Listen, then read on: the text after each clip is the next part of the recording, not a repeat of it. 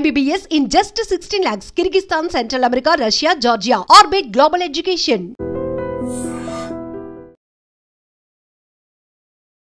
Hi hello నమస్తే welcome back to our channel. నేను మీ వైషు. ఒక మహిళ అంటే ఆల్రెడీ పేషెంట్ ఆవిడ ఆసుపత్రిలో ఉంటే ఆసుపత్రిలో ఉన్న అటెండర్ ఆవిడ మీద అత్యాచారం చేయడానికి ప్రయత్నించాడు. అత్యాచార యత్నం చేశాడు. దానివల్ల ఆ తర్వాత ఆ అబ్బాయికి చాలా పెద్ద శిక్షే పడుండొచ్చు. బట్ పేషెంట్ అని కూడా చూడకుండా అలాంటి సిచ్యువేషన్లో ఒక మహిళ మీద అలా ఎలా చేయాలనిపిస్తుంది? అసలు మరీ సమాజం ఇంత దారుణంగా ఎలా తయారవుతుంది? ఈ విషయం గురించి మాట్లాడడానికి ఈరోజు నాతో పాటు సోషల్ యాక్టివిస్ట్ కృష్ణకుమారి గారు ఉన్నారు. మేడంతో మాట్లాడదాం. Hello ma'am. నమస్తే.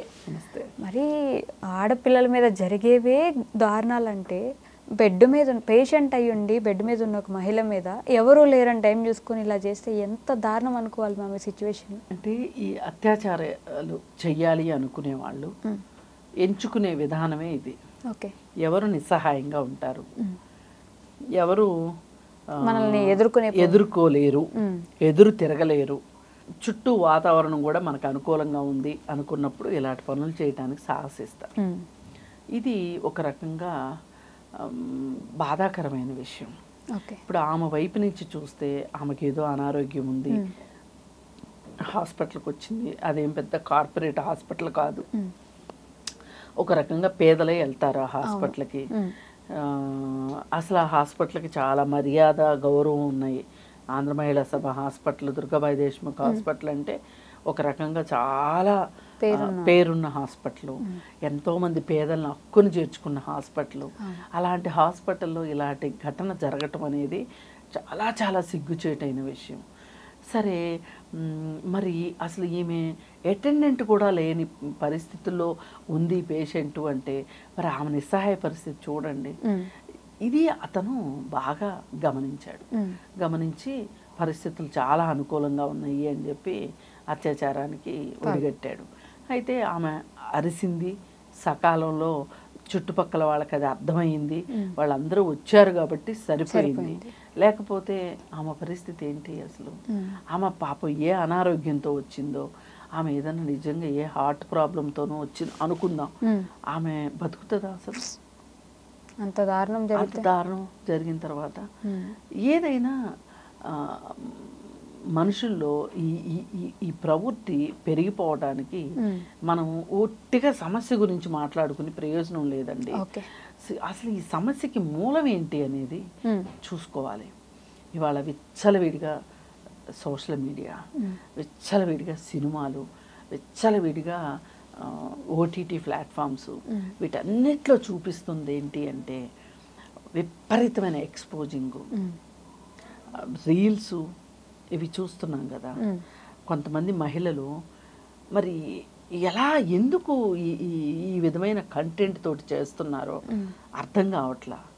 వీళ్ళు ఇప్పుడు నేను ఒక అశ్లీలంగా కనిపించాను అంటే నేను మా ఇంట్లో వాళ్ళకే కాకుండా కేవలం వేరే వాళ్ళకి మాత్రమే కనిపించి మా ఇంట్లో వాళ్ళకి మామూలుగా కనిపించే ఏర్పాటు అయితే ఉండదు కదా. అలాంటప్పుడు నన్ను ఇలా మా ఇంట్లో వాళ్ళు చూస్తే ఏమనుకుంటారు అనే ఒక చిన్న జ్ఞానం కూడా లేకుండా అప్పట్లో రాకేష్ మాస్టర్ ఫ్రెండ్ అని కనకమహాలక్ష్మి ఎవరో ఒక క్యారెక్టర్, ఆవిడ ఆ విధంగా. అలాగే ఒక గ్యాంగ్ ఉంది, ఒక లంపెన్ గ్యాంగ్ ఉంది. వాళ్ళు బూతులతోటి వీడియోలు చేసి ఇప్పుడు బిగ్ బాస్ హౌస్ లాగా వీళ్ళు కూడా ఒక హౌస్ లాగా పెట్టుకొని దాన్ని లైవ్ టెలికాస్ట్ చేసి ఆ అమ్మాయి ఎవరో ఉంది, స్వాతి నాయుడు వీళ్ళందరూ కలిసి ఒక హౌస్లో ఉండి వీళ్ళు అన్ని రికార్డ్ చేసి వీళ్ళు మాట్లాడుకున్న విచ్చలవిడిగా మాట్లాడుకున్న బూతులన్నీ కూడా లైవ్ టెలికాస్ట్ చేసి ఇదంతా చేశారు.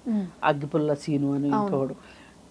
ఇవన్నీ అసలు వినటానికి ఎంత జగుప్సన కలిగిస్తున్నాయంటే ఇప్పుడు ఫోను పిల్లలు కూడా చూస్తున్నారు. ఆ పిల్లలు ఈ బూతులు చూస్తే ఎంత దారుణంగా ఉంటుంది. అసలు వాళ్ళ ఇంట్లో మనుషులే చూస్తే, ఇప్పుడు ఈ స్వాతి నాయుడుకు ఒక కూతురు కూడా ఉంది.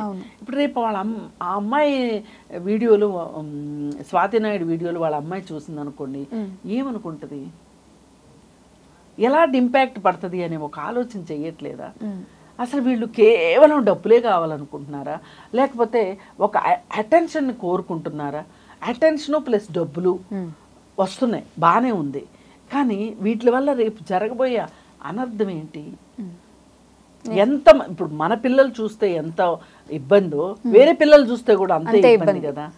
మరి ఇవన్నీ ఎందుకు వీళ్ళు ఆలోచించట్లేదు అంటే మీరు అడగొచ్చు, వీటికి అత్యాచార ఘటనలకి సంబంధం ఏంటి అని. కానీ ఇవన్నీ చూసిన తర్వాత వాళ్ళు ఒక పర్వర్టెడ్ మైండ్లోకి వెళ్ళిపోతున్నారు. సినిమాల్లో చూసేవి కూడా అంతే, అసలు సెన్సార్ ఉందా లేదా అనిపించేటట్లు. అలాగే ఓటీటీలో అయితే సెన్సార్ కూడా లేదు, విపరీతమైన బూతులు, విపరీతమైన సెక్స్, హింస, బ్లడ్, ఇవన్నీ చూస్తే అసలు ఒక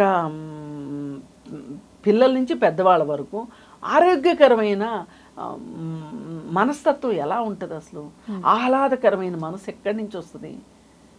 ఇది క్షమించే విషయం కాదు ఇది నిజానికి. ఇవన్నీ చేస్తుంటే దీని ఇంపాక్ట్, అత్యాచారాలు ఇవి జరగడానికి ఇవి దోహదం చేస్తున్నాయి ఖచ్చితంగా. ఇప్పుడు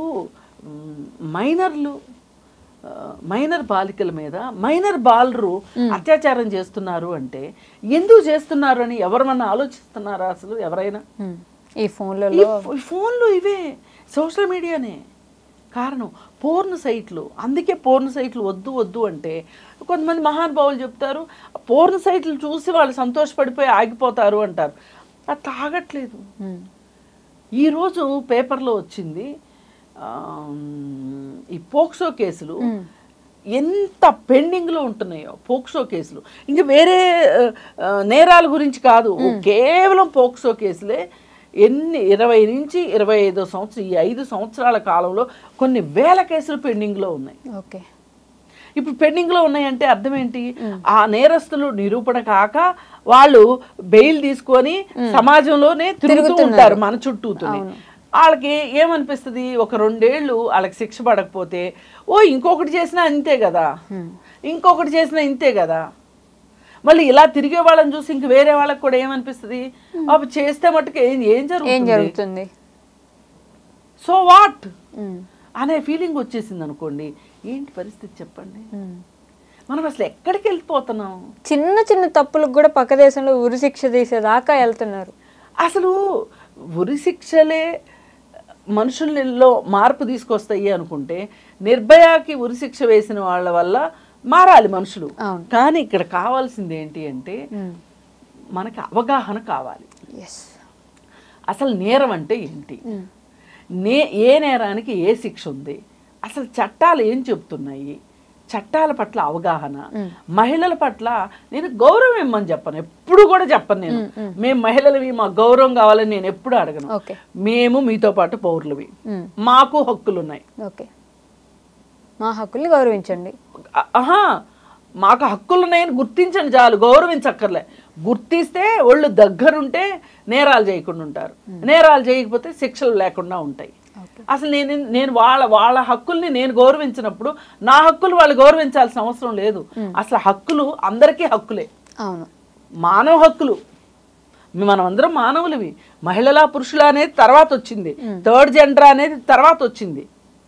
ఇవాళ సిగ్గుచేటు ఏంటి అంటే ఒక జెండర్కి సెక్స్కి తేడా తెలియని మనుషులు మన చుట్టూ ఎక్కువైపోయారు.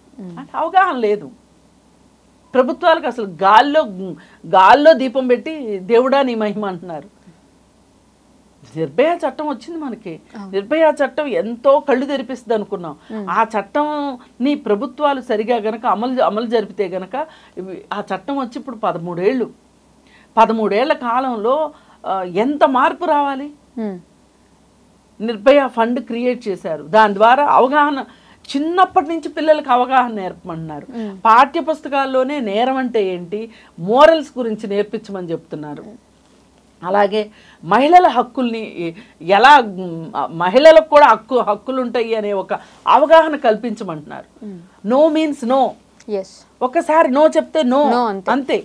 ఇలాంటివి ఎన్నో చెప్తున్నారు, ఎన్నో ఉన్నాయి ఆ చట్టంలో. ఒక మహిళని వెంబడించకూడదు, ఒక మహిళని తిట్టకూడదు, అసభ్య పదజాలంతో ఆమె గౌరవానికి భంగం కలిగించేలాగా ప్రవర్తించకూడదు, అలాగే 30 సెకండ్ల పాటు తేరిపారి చూడకూడదు. ఇన్నున్నాయి ఆ చట్టంలో.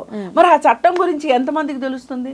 అసలు ఇప్పుడు మనం ఎక్కడన్నా రోడ్డు మీద ఒక బస్ స్టాప్లో నుంచుందామంటే బస్ కోసం వెయిట్ చేస్తుంటే పాపం నుంచోవడమే పాపం అయిపోతుంది. ఓ 4-3 చూడడం ఏదో రకరకాల సంజ్ఞల ద్వారా లేదు బూతు మాటల ద్వారా ఇలా మాట్లాడుతూ ఉంటే అసలు ఎలా అంటే ఇలా చెయ్యకూడదు అనేది వాళ్ళకి తెలియాలి. ఇవాళ షీ టీమ్స్ పెట్టారు, బాగుంది. షీ టీమ్స్ ద్వారా పట్టుకుంటున్నారు, వాళ్ళ కుటుంబాలకు కూడా తెలియజేస్తున్నారు, మీ అబ్బాయి ఈ పరిస్థితిలో ఉన్నాడు, జాగ్రత్త, ఒక అలారం మోగింది అని చెప్తున్నారు. ఇవి సరిపోవట్లే. ఇంకా ఇంకా ఇంకా అవగాహన కలిగించేలాగా జెండర్ బ్యాలెన్స్, జెండర్ సెన్సిటివిటీ నేర్పించాలి. ఈరోజు పోలీసులకు కూడా, చట్టాన్ని కాపాడే పోలీసులకు కూడా జెండర్ సెన్సిటివిటీ లేదు. న్యాయవాదులకు జెండర్ సెన్సిటివిటీ లేదు. చదువు చెప్పే టీచర్లకు జెండర్ సెన్సిటివిటీ లేదు. అసలు జెండర్ ఈక్వాలిటీ అనే మాటకు వాళ్ళకి అర్థమే తెలియదు. ఇట్లాంటి సమాజంలో ఒక అటెండరు ఇలా కాక ఎలా బిహేవ్ చేస్తాడు చెప్పండి. అందుకోసం ఏంటి అంటే ఖచ్చితంగా మాకు కావాల్సింది ఏంటి అంటే ఇవాళ జెండర్ న్యూట్రాలిటీ కోసం మనం అందరం ఫైట్ చేయాలి. అలా చేసినప్పుడు మాత్రమే ఈ అత్యాచారాలు తగ్గుతాయి అని చెప్పి నేను అనుకుంటున్నాను.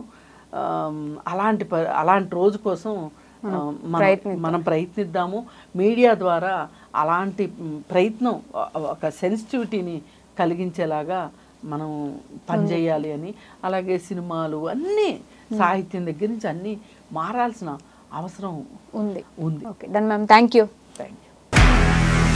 నిజంగా ప్రస్తుతం ఉన్నటువంటి సమాజం దేనికి ప్రయారిటీ ఇస్తుంది?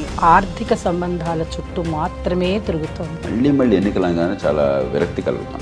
మంచి అనిపిస్తుంది కదా, లేడీస్ కూడా ఛాలెంజింగ్ జాబ్స్ చేసినప్పుడు చాలా బాగుంటది. ట్రాఫిక్ అసిస్టెంట్స్ గా నియమించిన ట్రాన్స్జెండర్స్ అందరితో సాల్యూట్ చేయించుకుంటున్నారు. ఫుడ్ డెలివరీ ఇవ్వటానికి వెళ్ళినటువంటి డెలివరీ బాయ్ అనిల్ పై కళ్ళ ముందు పెళ్ళండి కొట్టి